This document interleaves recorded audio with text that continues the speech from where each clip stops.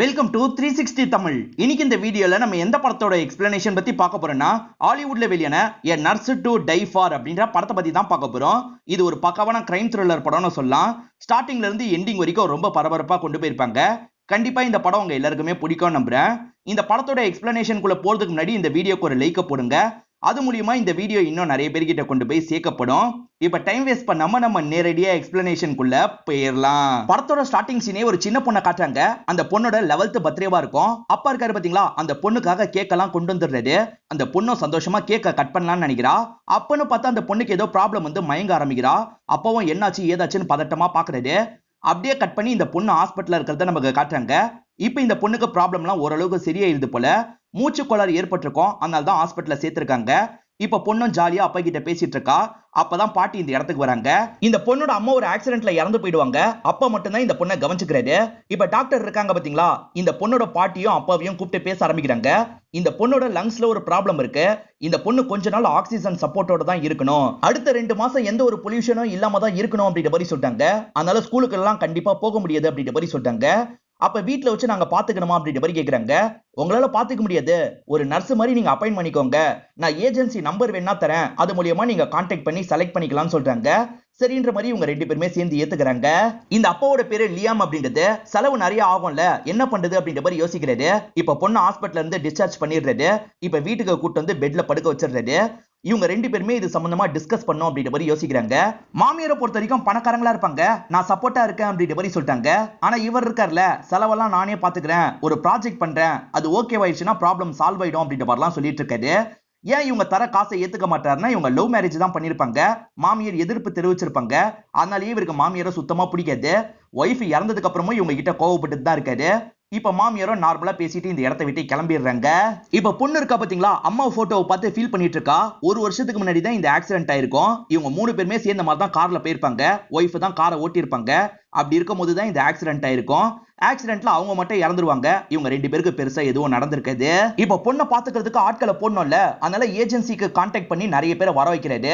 ஒவ்வொருத்தர்கிட்டயும் interview மாதிரிலாம் சில கேள்வி கேட்டுட்டு இருக்காரு. இவங்க நல்லபடியா பாத்துப்பாங்களான்றதுக்காக தான் இந்த கேள்வி எல்லாம் கேட்கிறாரு. ஆனா யாருமே பெருசா செட் ஆக மாட்டாங்க. அவசரப்படாம செலக்ட் பண்ணுவோம் அப்படின்ற மாதிரி யோசிக்கிறாரு. அப்பதான் விக்டோரியான்னு ஒருத்தங்க வராங்க. வர விக்டோரியாவை இந்த சின்ன பொண்ணும் பாக்குறா. இவங்களை பார்த்தோன்னே பிடிச்சிருது போல. அதனால அவங்க இன்டர்வியூல இருக்கும் போது இவளும் பேசுறதுக்காக வந்துடுறா. அந்த இடத்துல இந்த சின்ன பொண்ணுக்கு இருமலா வந்துட்டு இருக்கு. இவங்க இருக்காங்கல்ல, நான் ஒண்ணு பண்றேன் சரியாயிடும் அப்படின்ற மாதிரி சில விஷயங்களை பண்றாங்க. இவங்க பண்ணனும் அந்த பொண்ணுக்கு ஓரளவுக்கு நார்மல் ஆயிருது. இவர் மேற்கொண்டு இவங்க கிட்ட கேள்வி எல்லாம் கேட்டுட்டு இருக்காரு. இவங்க எல்லாத்துக்குமே நல்ல விதமா பதில் சொல்றாங்க. இவருக்குமே லைட்டா இவங்களை பிடிச்சிருக்கு. சரி நான் சொல்றேன்னு சொல்றாரு. இவங்க இருக்காங்கல்ல, நான் ரெஸ்ட் ரூம் மட்டும் யூஸ் பண்ணிக்கிறேன் அப்படின்ற மாதிரி ரெஸ்ட் ரூம் யூஸ் பண்றதுக்காக போறாங்க. அப்ப பொண்ணு இந்த லேடி எனக்கு ரொம்ப பிடிச்சிருக்கு அப்படின்ற மாதிரிலாம் சொல்றா. பாத்ரூமுக்கு போறேன்னு சொன்ன விக்டோரியா இதெல்லாம் மறைஞ்சிருந்து கேட்டுட்டு இருக்காங்க. இப்ப பாத்ரூமை விட்டு வெளியே வந்த மாதிரி நடிக்கிறாங்க. அங்க இருக்க போட்டோவை பாக்குறாங்க. இவங்க போட்டோவை பார்த்துட்டு இருக்கிறத இவரும் கவனிச்சிடுறாரு. அதுதான் என்னோட ஒய்ஃப், ஆக்சிடென்ட்ல இறந்து போயிட்டா அப்படின்ற மாதிரி சொல்றாரு. இவங்களும் சாரின்னு சொல்றாங்க. அவர் போன கேப்ல இவங்க அங்க இருக்க ஒரு போட்டோ மட்டும் எடுத்துக்கிறாங்க. அங்க 2-3 போட்டோ இருக்கும், அதுல ஒரு போட்டோ தான் எடுத்துக்கிறாங்க. பொண்ணு செலக்ட் பண்ணுங்கன்னு சொன்னா பாத்தீங்களா, இருந்தாலும் இவர் யோசிச்சு என்னோட முடிவை சொல்றேன் அப்படின்ற மாதிரி இவங்க கிட்ட சொல்லிடுறாரு. ஏன் ஓகே பண்ணல அப்படின்ற மாதிரி பொண்ணு கேக்குறா. அவசரப்படாத, நம்ம விசாரிச்சுட்டு ஓகே பண்ணுவோம் அப்படின்ற மாதிரி பொண்ணை சமாதானம் பத்திட்டு இருக்காரு. விக்டோரியா இதுக்கு முன்னாடி வேலை பார்த்திருப்பாங்க பாத்தீங்களா, அவங்களோட டீடைல் எல்லாம் தந்திருப்பாங்க. அதுல யாருக்காவது கால் பண்ணி பார்க்கலாம் அப்படின்ற மாதிரி இவரும் கால் பண்றாரு. கால் பண்ணா எதிர ஒரு லேடி பேசுறாங்க. விக்டோரியாவை பத்தி நல்ல விதமா சொல்றாங்க. அதனால இவரும் செலக்ட் பண்ணிடலாம் அப்படின்ற மாதிரி யோசிக்கிறாரு. அவங்க தான் வரப்போறாங்கன்னு தெரிஞ்சோன்னா பொண்ணு இந்த இடத்துல சந்தோஷப்படுறா. விக்டோரியாவும் வேலையில ஜாயின் பண்றதுக்காக இந்த இடத்துக்கு வந்துடுறாங்க. பார்த்தா ஹீரோ இருக்கார்ல, அவசர அவசரமா வேலைக்கு கிளம்பிட்டு இருக்காரு. நீங்க கம்ஃபர்டபுளா இருந்துக்கோங்க, இதான் உங்க ரூம்ன்ற மாதிரி காமிச்சிடுறாரு. இப்ப பதட்டமா கிளம்பிட்டு இருக்காரு. டைய சரியா போட்டிருக்க மாட்டாரு. நான் போட்டு விடுறேன் அப்படின்ற மாதிரி இவங்க போட்டு விடுறாங்க. ரொம்ப ஸ்வீட்டா இவர்கிட்ட நந்துக்கிறாங்க. இவரும் பை சொல்லிட்டு கிளம்பிடுறாரு. இந்த சின்ன பொண்ணு இருக்கா பாத்தீங்களா, ஸ்கூல்ல இருக்க வேற ஒரு ஃப்ரெண்டு கிட்ட பேசிட்டு இருக்கா. கடைசி கொஞ்ச நாளா ஸ்கூலுக்கு வரல, உங்க எல்லாரையும் மிஸ் பண்றேன் அப்படின்ற மாதிரிலாம் கொஞ்சம் சோகமா பேசிட்டு இருக்கா. இவ பேசிட்டு இருக்கும் போதே கரெக்டா இந்த இடத்துக்கு விக்டோரியா வந்துடுறாங்க. கவலைப்படாத, சீக்கிரமா இந்த ப்ராப்ளம்லாம் சால்வ் ஆகி நீயும் ஸ்கூலுக்கு கிளம்பிடுவே அப்படின்ற மாதிரி இந்த சின்ன பொண்ணுக்கு ஆறுதல்லாம் சொல்லிட்டு இருக்காங்க. அப்படியே கட் பண்ணி ஹீரோவோட ஆபீஸ காட்டுறாங்க. ஹீரோ இப்பதான் கஷ்டப்பட்டு ஒரு மீட்டிங்கை முடிச்சிடுறாரு. கொஞ்சம் இவருக்கு கழுத்தெல்லாம் வலிக்குது. இப்ப கழுத்தை புடிச்ச மாதிரி உட்காந்து இருக்காரு. இது எல்லாத்தையும் பக்கத்துல இருக்க பெவர்லின்னு ஒருத்தங்க கவனிக்கிறாங்க. இவரோட ஃப்ரெண்டு மாதிரி தான் இவங்க. இவருக்கு மசாஜ் எல்லாம் பண்ணி விட்டுட்டு இருக்காங்க. ஒய்ஃப் போனதுக்கு அப்புறம் இவங்க 2 பேருக்குள்ள லைட்டா பழக்கம் எல்லாம் போயிட்டு இருக்கு அப்படின்ற மாதிரி நமக்கு காட்டுறாங்க. அப்படியே கட் பண்ணி விக்டோரியாவை காட்டுறாங்க. இந்த பொண்ணை தூங்க வச்சிடுறாங்க. தூங்க வச்சவங்க என்ன பண்றாங்கன்னா ஒய்ஃபோட ரூம்க்கு வந்துடுறாங்க. அந்த ரூம்ல இருக்க ட்ரெஸ் எல்லாம் ஒவ்வொன்னா பார்த்துட்டு இருக்காங்க. அதுல நல்ல ட்ரெஸ்ஸா ஒண்ணு இருக்கு, அதை இவங்க எடுத்துக்கிறாங்க. நம்ம போட்டு பார்ப்போம் அப்படின்ற மாதிரிலாம் போட்டு பார்த்துட்டு இருக்காங்க. இவங்க போட்டு பார்த்துட்டு இருக்கும்போது கரெக்டா இந்த சின்ன பொண்ணோட பாட்டி இருக்காங்க பாத்தீங்களா, அவங்க கிட்ட இருக்க கீயை வச்சு கதவை திறந்து உள்ள வந்துடுறாங்க. இவங்க பொண்ணோட ட்ரெஸ் போட்டிருக்கிறதையும் அந்த பாட்டி பாத்துடுறாங்க. நீங்க யாருன்ற மாதிரி விக்டோரியா ஒன்னும் புரியாம கேக்குறாங்க. நான் யாரா? நான் தான் அந்த சின்ன பொண்ணோட பாட்டி. நீ எதுக்காக இந்த ட்ரெஸ் எல்லாம் போட்டுட்டு இருக்க அப்படின்ற மாதிரி கேக்குறாங்க. அவர் தான் கம்ஃபர்டபுளா இருக்க சொல்லி சொன்னாரு, அதனால தான் இதை எடுத்து போட்டேன் அப்படின்ற மாதிரி சொல்லிட்டாங்க. உன் வீடு மாதிரி கம்ஃபர்டபுளா இருன்னு வார்த்தைக்கு சொல்றது தான், அதுக்காக என்னோட பொண்ணோட ட்ரெஸ் எல்லாம் எடுத்து போடுவியான்ற மாதிரி இவங்க கோவப்படுறாங்க. விக்டோரியாவும் இந்த இடத்துல சாரி எல்லாம் கேட்டுட்டு இருக்காங்க. இதுக்கப்புறம் இந்த மாதிரிலாம் பண்ணது அப்படின்ற மாதிரி மாமியாரும் பேத்தியை பார்க்கறதுக்காக வந்துடுறாங்க. பேத்தி நல்லா தூங்கிட்டு இருக்கா. இவங்களும் கொஞ்ச நேரம் பேத்தியை பாக்குறாங்க. அதுக்கப்புறம் நல்லா கவனிச்சுக்கோன்னு சொல்லிட்டு இங்க இருந்து கிளம்பிடுறாங்க. நைட்டு விக்டோரியா இருக்காங்கல்ல, ஷவரை வேணும்ட்டே ஃபோர்ஸா திறந்து விட்டுறாங்க.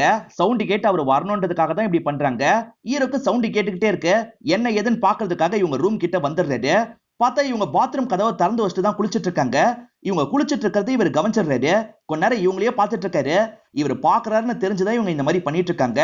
ஆனா ஒரு ஸ்டேஜுக்கு மேல அவரும் பார்க்க கூடாது அப்படின்ற மாதிரி இங்க இருந்து கிளம்பிடுறாரு. இந்த பொண்ணுக்கு என்ன ரொம்ப பிடிக்குமோ அதுதான் இவங்க பிரேக்ஃபாஸ்டா செஞ்சிருக்காங்க. இதனால அந்த பொண்ணு ரொம்ப சந்தோஷப்படுறா. அப்பா ஒரு போட்டோ எடுத்துக்கலாம் அப்படின்ற மாதிரி அப்பா கிட்ட சொல்றா. இவர் இருக்கார்ல, நீங்களும் வாங்க சேர்ந்து எடுத்துக்கலாம் அப்படின்ற மாதிரி சொல்றாரு. இவங்க 3 பேருமே சேர்ந்த மாதிரி இந்த இடத்துல போட்டோ எல்லாம் எடுத்துக்கிறாங்க. இப்ப இவர் கிளம்பும் போது இந்தாங்க லஞ்ச் அப்படின்ற மாதிரி தராங்க. இதெல்லாம் இவருக்கு புதுசா இருக்கு. இவரும் சரின்ற மாதிரி வாங்கிட்டு கிளம்ப பாக்குறாரு. கார்கியை எடுக்கலாம்னு நினைக்கும் போது தான் ஒரு போட்டோ மிஸ் ஆகுறது தெரியுது. ஏதோ ஒரு போட்டோ மிஸ் ஆகுதே அப்படின்ற மாதிரி யோசிச்சுக்கிட்டே கிளம்புறாரு. இந்த பொண்ணு அம்மாவை என்னால மறக்க முடியல அப்படின்ற மாதிரிலாம் சோகமா பேசிட்டு இருக்கா. அவ்வளவு சீக்கிரத்துல மறக்க முடியாது அப்படின்ற மாதிரி இவங்களும் சொல்றாங்க. உனக்கு டீ போட்டு எடுத்துட்டு வரேன் அப்படின்ற மாதிரி டீ போடுறதுக்காக வந்துடுறாங்க. டீ தூள் இருக்கும் பாத்தீங்களா, அந்த தூளுக்குள்ள இவங்க ஏதோ ஒரு லிக்விட கலக்குறாங்க. ஏன் இப்படி கலக்குறாங்க அப்படின்றது நமக்கு தெரியல. அதுக்கப்புறம் பொண்ணுக்கு டீ போட்டு தந்துடுறாங்க. இவங்க ஒரு போட்டோவை எடுத்துட்டு போனாங்க பாத்தீங்களா, அந்த போட்டோல ஒய்ஃப் மூஞ்சி இருந்த இடத்துல விக்டோரியாவோட மூஞ்ச பிக்ஸ் பண்ணிக்கிறாங்க. அதை பார்த்து இந்த இடத்துல சந்தோஷம் எல்லாம் படுறாங்க. ஏதோ ஒரு காரணத்துக்காக தான் இவங்க வந்திருக்காங்க போல. அது என்ன காரணம் அப்படின்றது தெளிவா தெரியல. இப்பதான் ஹீரோ வர சவுண்ட் கேக்குது. இவங்களும் வெல்கம் பண்றதுக்காக சந்தோஷமா கீழே வராங்க. பார்த்தா ஹீரோ பெவர்லி கூட தான் வந்திருக்காரு. பெவர்லி அறிமுகப்படுத்தி வைக்கிறாரு. பெவர்லி என்ன சொல்றாங்கன்னா, இதுக்கு முன்னாடியே உங்களை பார்த்த மாதிரியே தோணுது அப்படின்ற மாதிரி சொல்றாங்க. அப்படியே கட் பண்ணி மேல இருக்க இந்த சின்ன பொண்ணை நமக்கு காட்டுறாங்க. இந்த சின்ன பொண்ணும் அப்பாவோட சவுண்ட் கேட்டோம் பார்க்கணும்ன்ற மாதிரி வந்துட்டு இருக்கா. அவங்க தந்த டீ குடிச்சதுனால இந்த பொண்ணுக்கு தள்ளாட்டமா இருக்கு. கொஞ்சம் மயக்கத்திலேயே தான் வந்துட்டு இருக்கா. இவங்க எல்லாம் மேல ஏறி வந்துட்டு இருக்கும் போது அந்த பொண்ணு எதிர வந்து மயங்கி கீழே விழுந்துடுறா. இத பாக்குற அப்பா பயங்கரமா ஷாக் ஆயிடுறாரு. என்னாச்சு ஏதாச்சு அப்படின்ற மாதிரிலாம் பார்த்துட்டு இருக்காரு. விக்டோரியாவும் வேகமா இந்த பொண்ணுக்கு பக்கத்துல ஓடி வந்துடுறாங்க. அந்த பொண்ணுக்கு பண்ண வேண்டிய ஃபர்ஸ்ட் எய்ட் எல்லாம் பண்றாங்க. அந்த பொண்ணு ஓரளவுக்கு நார்மல் ஆயிடுறா. இப்ப அப்பா இருக்காரு பாத்தீங்களா, பொண்ணை படுக்க வைக்கிறதுக்காக பெட்ரூம்க்கு போயிடுறாரு. இவங்களும் 2 பேருக்கும் டீ போடுறேன் அப்படின்ற மாதிரி டீ போடுறதுக்காக வந்துடுறாங்க. இப்ப டீ போடுற இடத்துல தான் அவங்க 2 பேருமே பேசிக்கிறதுக்காக வந்துடுறாங்க. பெவர்லி கூட சந்தோஷமா இருக்கலான்றதுக்காக தான் கூட்டு வந்திருக்காரு போல. பெவர்லி இருக்காங்கல்ல, இந்த சமயத்துல நான் இருக்கிறது நல்லா இருக்காது, நான் கிளம்புறேன் அப்படின்ற மாதிரி சொல்றாங்க. அதெல்லாம் வேணாம், இங்கே இருன்ற மாதிரி இவர் சொல்லிட்டு இருக்காரு. இதெல்லாம் தள்ளி இருந்து விக்டோரியா கேட்டுட்டு இருக்காங்கல்ல, வேணும்ட்டே கிளாஸை உடைச்சிடுறாங்க. கிளாஸ் கையில வேற கீறிடுது. பார்த்து பண்ணலாம்ல அப்படின்ற மாதிரி காயத்தெல்லாம் பாக்குறாரு. இப்ப வாஷ் பண்றதுக்காக இவங்களை கூட்டு வந்துடுறாரு. பேண்டேஜ் எல்லாம் இவங்களுக்கு இந்த இடத்துல போட்டு விடுறாரு. இவங்க வேணும்ட்டே தான் இதை பண்ணிருப்பாங்க. இதெல்லாம் இவருக்கு தெரியல. இந்த இடத்துல பெவர்லி இருக்காங்கல்ல, நம்ம டீ போடலான்ற மாதிரி யோசிக்கிறாங்க. அப்பதான் டீ தூள்ல வித்தியாசமா ஒரு ஸ்மெல் வருது. என்ன வித்தியாசமா ஸ்மெல் வருது அப்படின்ற மாதிரி இவங்க யோசிக்கிறாங்க. சரி சாம்பிள் மாதிரி கொஞ்சம் எடுத்துப்போம் அப்படின்ற மாதிரி பாக்கெட்ல எடுத்து வச்சுக்கிறாங்க. இப்பதான் விக்டோரியாவும் ஹீரோவும் திரும்பி வராங்க. பெவர்லி இருக்காங்கல்ல, இன்னொரு நாள் நம்ம பாத்துக்கலாம் அப்படின்ற மாதிரி அவங்க வீட்டுக்கு கிளம்பிடுறாங்க. வீட்டுக்கு வந்தவங்க ஸ்மெல் பண்ணி பாக்குறாங்க. ஒன்னும் பிடிபட மாட்டேங்குது. சரி இது மூலியமா டீ போட்டு குடிப்போம் அப்படின்ற மாதிரி இவங்க டீ போட்டு குடிக்கிறாங்க. உடம்புல பெருசா எதுவும் நடக்கல.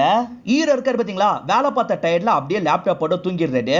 இதை இவங்களும் கவனிக்கிறாங்க. இப்ப லேப்டாப்பை க்ளோஸ் பண்ணிடுறாங்க. இவருக்கு இந்த இடத்துல பெட்ஷீட் எல்லாம் போட்டு விட்டுட்டு இருக்காங்க. இப்ப விக்டோரியா இருக்காங்கல்ல, ஏதோ ஒரு நியூஸ பிளாக்ல படிக்கிறாங்க. ஹீரோ சம்பந்தப்பட்ட நியூஸா தான் இருக்கு. ஆனா என்ன நியூஸ்ன்றது நமக்கு தெளிவா தெரியல. அதை படிக்கிறவங்க பயங்கரமா ஃபீல் பண்ணி அழுவுறாங்க. இதெல்லாம் என்னன்றது போக போக தான் நமக்கு தெரிய வரும். எப்படியாவது இவரை இம்ப்ரெஸ் பண்ணும் அப்படின்ற மாதிரி இவங்க ட்ரை பண்றாங்க போல. ஜாகிங் போயிட்டு வந்தவரும் காயெல்லாம் எப்படி இருக்குன்ற மாதிரி இவங்க கையை பிடிச்சு பாக்குறாரு.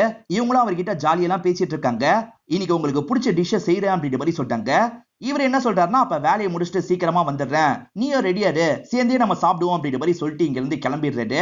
இப்ப வேலையெல்லாம் பரபரப்பா பார்த்துட்டு இருக்காரு. அப்பதான் அந்த டாக்டர் லேடி கிட்ட போன்ல பேசிட்டு இருக்காரு. நீங்க சொல்லிதான் அந்த ஏஜென்சில இருந்து விக்டோரியான்னு ஒருத்தங்களை வர வச்சிருக்கேன், அவங்க சூப்பரா வேலையெல்லாம் பாக்குறாங்க அப்படின்ற மாதிரி சொல்றாரு. இது விக்டோரியாவா அப்படின்ற மாதிரி இந்த டாக்டர் லேடி யோசிக்கிறாங்க. ஏன்னா விக்டோரியான்னு இவங்களுக்கு யாரையும் தெரியாது போல. சரி நம்மளுக்கு தெரியாம யாராவது இருப்பாங்க போலன்னு யோசிச்சுக்கிறாங்க. ரெடியா இருக்க சொல்லிட்டு அவர் போனாரு பாத்தீங்களா, இவங்களும் பயங்கரமா மேக்கப் எல்லாம் போட்டு ரெடியா வராங்க. அன்னைக்கு ஒரு ட்ரெஸ் போட்டு பார்த்தாங்கல்ல, அந்த ட்ரெஸ் தான் இப்ப போட்டுக்கிறாங்க. இப்ப பொண்ணு ரூம்க்கு வராங்க. டைம் ரொம்ப லேட் ஆயிடுச்சு, நீ படுக்கலையா அப்படின்ற மாதிரிலாம் பொண்ணு கிட்ட கேட்டுட்டு இருக்காங்க. இது என்னோட அம்மாவோட Dress அப்படின்ற மாதிரி பொண்ணு சொல்றா. ஆமா, இது எப்படி இருக்குன்ற மாதிரி இவங்க கேக்குறாங்க. அம்மாவோட Dress போட்டது இந்த பொண்ணுக்கு பெருசா பிடிக்கல, இருந்தாலும் இவங்க கிட்ட நல்லா இருக்குன்னு சொல்றா. இவங்களும் சரி படுன்ற மாதிரி இங்க இருந்து கிளம்ப ஆரம்பிக்கிறாங்க. இந்த பொண்ணு வேகமா லேப்டாப்பை எடுத்து யாருக்கோ கால் பண்றா. வேலையை முடிச்சுட்டு ஹீரோவும் வீட்டுக்கு வந்துடுறாரு. இவங்க ஒய்ஃப் Dress போட்டிருக்கிறத கவனிக்கிறாரு. இது என் ஒய்ஃப் Dress ஆச்சேன்னு கேக்குறாரு. ஆமா, உங்க ஒய்ஃப் Dress தான், ஏன் போடக்கூடாதான்னு கேக்குறாங்க. அதெல்லாம் ஒண்ணும் இல்ல, பரவாயில்ல அப்படின்ற மாதிரி இவரும் சொல்றாரு. உங்களுக்கு ஒரு gift வச்சிருக்கேன், ஓபன் பண்ணுங்க அப்படின்ற மாதிரி தராங்க. இவரும் வேகமா அந்த gift ஓபன் பண்றாரு. இவங்க 3 பேர் சேர்ந்து ஒரு போட்டோ எடுத்தாங்கல்ல, அதுதான் ஃப்ரேம் போட்டு தந்திருக்காங்க. இவரும் பார்த்துட்டு இவங்க கிட்டயே தந்துடுறாரு. சாப்பிட வான்ற மாதிரி நடக்க ஆரம்பிக்கிறாரு. இவங்க என்ன பண்றாங்கன்னா, ஏற்கனவே இவங்க எடுத்த போட்டோ இருந்த இடத்துல வைக்கிறாங்க. வேணும்ட்டே தான் இந்த மாதிரி வைக்கிறாங்க. ரெண்டு பேருமே ஜாலியெல்லாம் பேசிட்டு இருக்காங்க. அப்ப இவங்க இருக்காங்கல்ல, அன்னைக்கு நான் குளிக்கும் போது நீங்க பார்த்தது எனக்கு தெரியும் அப்படின்ற மாதிரி சொல்றாங்க. இவரும் தயங்குறாரு. நான் தெரியாம பார்த்துட்டேன், நான் அதுக்கப்புறம் கிளம்பிட்டேன் அப்படின்ற மாதிரிலாம் பதட்டமா சொல்லிட்டு இருக்காரு. ஒன்னும் பிரச்சனை இல்ல அப்படின்ற மாதிரி இவங்களும் கையை பிடிச்சி இவரை சமாதானப்படுத்துறாங்க. எனக்கும் உங்களை பிடிச்சிருக்குன்றதை இன்டைரக்டா சொல்லிட்டு இருக்காங்க. என் ஒய்ஃப் இறந்து போய் முழுசா 1 வருஷம் கூட முடியல, அதுக்குள்ள பொண்ணுக்கு இந்த மாதிரி பாதிப்பு ஏற்பட்டிருக்கு. இந்த நேரத்துல ரிலேஷன்ஷிப்பை பத்திலாம் என்னால யோசிக்க முடியாதுன்னு சொல்லிட்டாரு. என்னாலையும் புரிஞ்சுக்க முடியுது, நீங்க அவசரப்பட தேவையில்ல, பொறுமையாவே யோசிங்க அப்படின்ற மாதிரி இவங்க சொல்றாங்க. இந்த மாதிரி இவங்க பேசிட்டு இருக்கும் போது கரெக்டா மாமியார் இந்த இடத்துக்கு வந்துடுறாங்க. இந்த கெட்டப்ல இவங்க உட்காந்துருக்கிறத பார்த்து டென்ஷன் ஆயிடுறாங்க.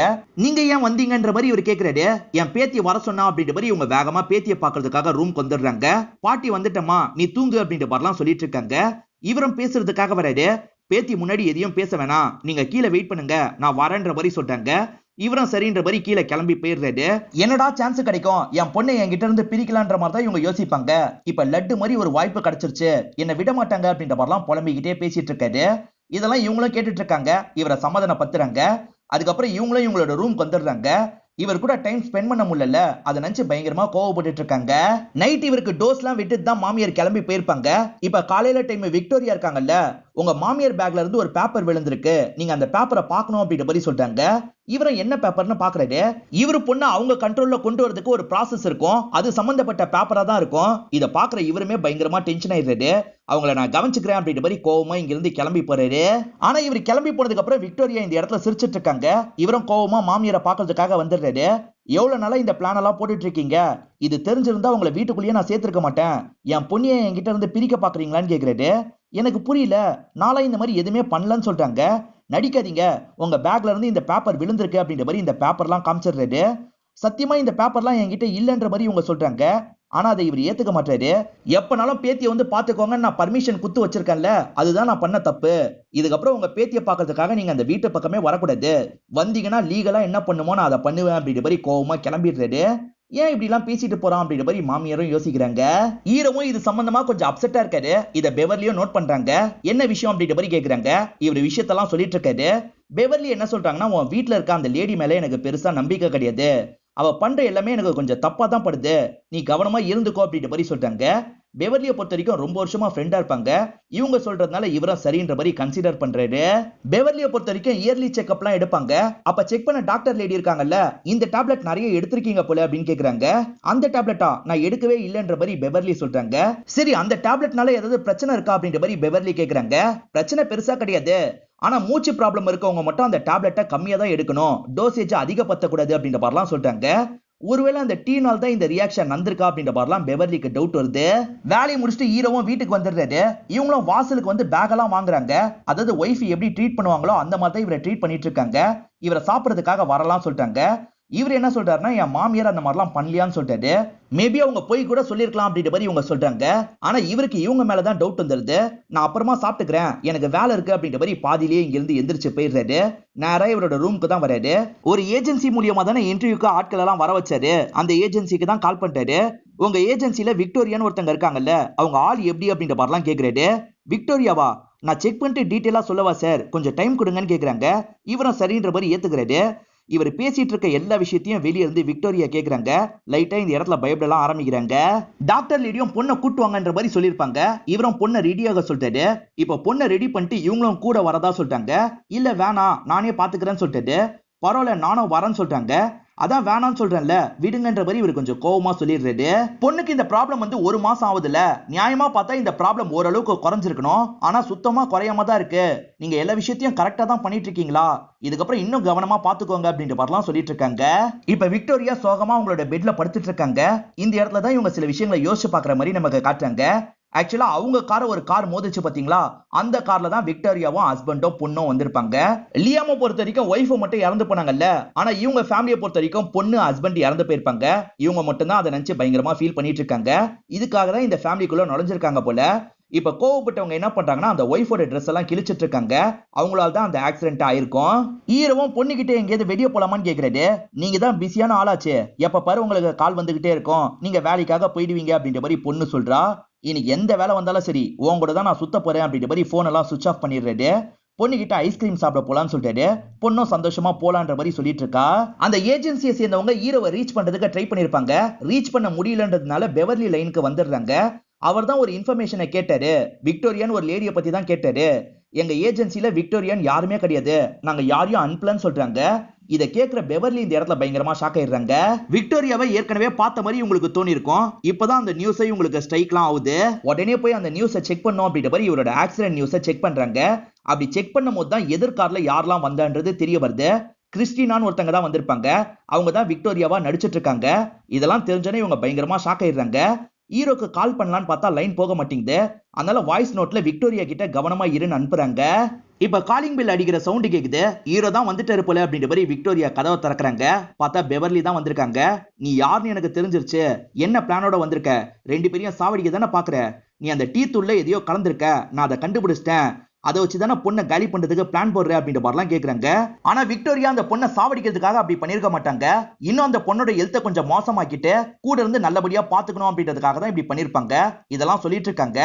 ஆனா கேட்டுட்டு இருக்க பெவர்லி இருக்காங்கல்ல, நான் போலீஸ்க்கு கால் பண்றேன்னு கால் பண்ண போறாங்க. அதுக்குள்ள இவங்க என்ன பண்றாங்கன்னா ஒரு ஊசி எடுத்து இவங்க கழுத்திலேயே குத்திடுறாங்க. அதனால பெவர்லி இதே இடத்துல மயங்கி விழுந்துடுறாங்க. ஹீரோ வரதுக்குள்ளே இவங்களோட காரெல்லாம் கிளியர் பண்ணும் அப்படின்ற மாதிரி இவங்க யோசிச்சுட்டு இருக்காங்க. கொஞ்ச நேரத்துல ஹீரோ இந்த இடத்துக்கு வந்துடுறாரு. அப்ப பெவர்லி கார் இல்ல, அதே மாதிரி பெவர்லியும் இந்த இடத்துல இல்ல. இவங்களும் நார்மலா இவங்க ரெண்டு பேர்கிட்ட பேசிட்டு இருக்காங்க. அந்த இடத்துல பார்த்தா பெவர்லி போன் இருக்கு. இவர் அந்த போனுக்கு பக்கத்துல தான் நிக்கிறாரு. பாத்துறக்கூடாது அப்படின்ற மாதிரிலாம் இவங்க யோசிச்சுட்டு இருக்காங்க. ஹீரோ பார்க்காமயே அவரோட ரூமுக்கு கிளம்பி போயிடுறாரு. நல்ல வேலை தப்புச்சோன்ற மாதிரி யோசிக்கிறாங்க. அந்த போனை சைலண்டா பாக்கெட்ல எடுத்து வச்சுக்கிறாங்க. இப்பதான் இவரும் போன் ஆன் பண்ணி பாக்குறாரு. அப்பதான் பெவர்லி கிட்ட இருந்து வாய்ஸ் நோட் வந்திருக்கிறது இவருக்கு தெரிய வருது. விக்டோரியா நீ நினைக்கிற மாதிரி இல்லன்னு சொல்லியிருக்காங்கல்ல, இதனால இவரும் ஷாக் ஆயிடுறாரு. திரும்பி மத்த கஸ்டமர் கிட்ட கால் பண்ணி கேட்டு பார்க்கணும்னு நினைக்கிறாரு. அந்த மாதிரி ஒரு கிளைண்ட் கிட்ட கால் பண்ணி பேசுறாரு. விக்டோரியாவை பத்தி கொஞ்சம் சொல்லுங்களேன் அப்படின்ற மாதிரி கேக்குறாரு. என் குழந்தையெல்லாம் நல்லபடியா தான் பாத்துக்கிட்டாங்க அப்படின்ற மாதிரி அவங்க சொல்லிட்டு இருக்காங்க. அப்படியே கட் பண்ணி ஆப்போசிட் சைடு நமக்கு காட்டுறாங்க. விக்டோரியா தான் வேற வாய்ஸ்ல அந்த மாதிரி பேசிட்டு இருக்காங்க. ஆக்சுவலா இவங்க கொடுத்த நம்பர் எல்லாமே இவங்க போன் நம்பரா தான் இருக்கும்.